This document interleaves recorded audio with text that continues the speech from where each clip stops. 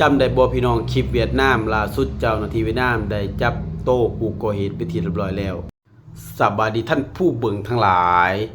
บูว่าพี่น้องจำคลิปเวียดนามได้หรือบ่เนาะที่ว่ามีผู้ชายคนหนึ่งจ้างให้ฆาตกรมาคิวตัวเองในขณะที่ตัวเองกำลังสวยตัวเองถึงจุดสุดยอดเนาะพอถึงจุดสุดยอดปุ๊บ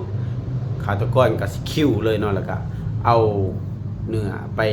เฮ็ดเป็นอาหารเพื่อมารับประทานเนาะคลิปตอนนั้นก็เต็มโซเชียลเลยเนาะแบบว่ากระแสแห้งอะไรแบบไผบางคนก็ไปตะยาดเบิ่งเลยกินข้าวบ่ลงนั่นนี่บางคนก็อยากเบิ่งบางคนก็บ่อยากเบิ่งเนาะข่อยยังเคยเอามาเว้าเลยเนาะแล้วก็มีคนเข้ามาเบิ่งให้ความสนใจหลายๆเนาะล่าสุดเนาะเจ้าหน้าที่เวียดนามได้จับกุมโตผู้ที่ก่อเหตุเป็นที่เรียบร้อยแล้วเนาะเขาว่าเป็นอดีตเนาะอดีตข้าราชการระดับสูงของเวียดนามเนาะอายุ57ปีเนาะก็คือเจ้าหน้าที่ได้เขาไปแบบไปกดคนในห้องของผู้นี้เนาะแล้วก็ไปเห็นหลักฐานต่างๆเนาะก็ไปจับกุมตัวไปเรียบร้อยเนาะเพิ่นว่ารา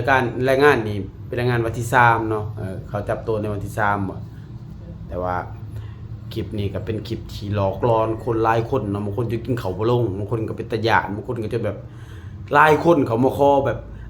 อ้ายส่งให้ข่อยเบิ่งแหน่อ้ายส่งมาให้เบิ่งแหน่หลายคนเนาะก็ยังอยากเบิ่งคลิปมันบ่เป็นตาน่าเบิ่งพี่น้องมันเป็นตาย้านด้วยซ้ำมันเบิ่งแล้วมันอิสะเอียนมันเคยอะไรมันแบบมันฟังมันร้อนมันร้อนเลยกินข้าวบ่ลงแต่ก็ล่าสุดเนาะคือเว้าแหละเจ้าหน้าที่เพิ่นก็จับตัวเป็นที่เรียบร้อยเด้ออย่าไปหาเบิ่งเด้อเพิ่นเด้อ